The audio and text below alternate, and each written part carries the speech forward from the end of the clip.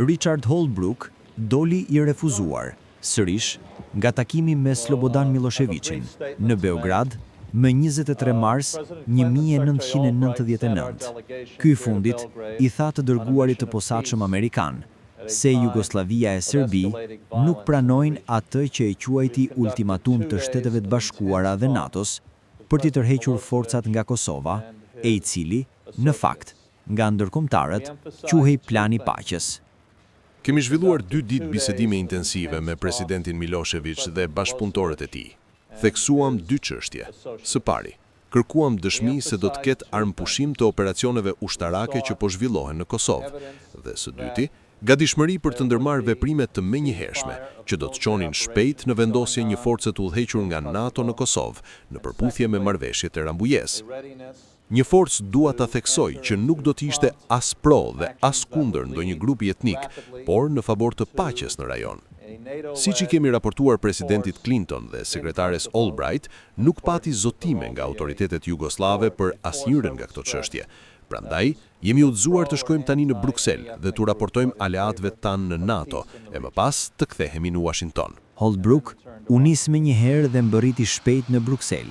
Këtu, sekretari të përgjithshëm të NATO-s, Javier Solana, ia dha lajmin që Milošević nuk pranoi planin e paqes. Dje, me mbështetjen tuaj, na dërguat në Beograd për të tentuar t'i bindim autoritetet jugoslave se paqja është më e mirë se alternativat me të cilat po përballemi tani.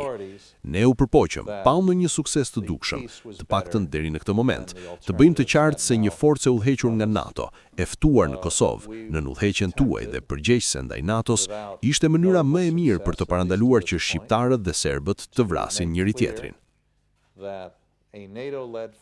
Holbrooke tha se politikanët dhe mediat në Jugosllavi e Serbi e keq interpretuan, qëllimisht, pozicionin e NATO-s, duke e shitur atë në publik, te populli, sikur plani i aleancës është pro shqiptarëve të Kosovës e kundër serbëve. Duhet ju them juve dhe mediave këtu se në Jugosllavi dhe Serbi sonte, pozicioni ynë është keq interpretuar plotësisht dhe paraqitet si një forcë që do të kishte mbajtur anë.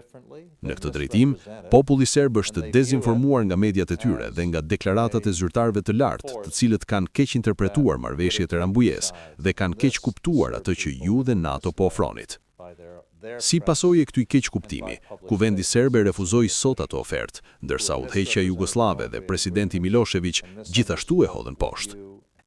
Holbrooke shtoi se pas dështimit në Beograd, përpjekjet diplomatike kanë marrë fund, ani se ato mund të ngjallen nëse ka interes nga Miloševići, dhe çështja tani kalon plotësisht te NATO. Procesi ju është kthyer juve, si simbolikisht ashtu edhe formalisht. Kjo tashmë është çështje e NATO-s. Unë do të shtoja vetëm se kanalet diplomatike do të mbeten gjithmonë të hapura, por misioni ynë që e përfunduam disa orë më parë, sipas vlerësimit ton, nuk ishte ngjasa të sillte ndonjë përparim të mëtejshëm, edhe pse do të qëndronim më gjatë, dhe kjo është arsyeja pse presidenti Clinton na kërkoi të kthehemi. Nikoqiri Holbrooke, Solana, nuk e tha asnjë fjalë në këtë paraqitje. Ai foli të nesërmen, kur urdhëroi nisjen e sulmeve ajrore të NATO-s kundër forcave serbo-jugoslave.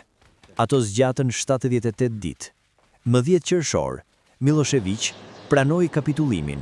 Ai dhe Serbia përgjithmonë e humbën Kosovën, në të cilën 2 ditë më vonë hynë trupat e NATO-s, duke çliruar atë bashkë me ushtrinë çlirimtare të Kosovës.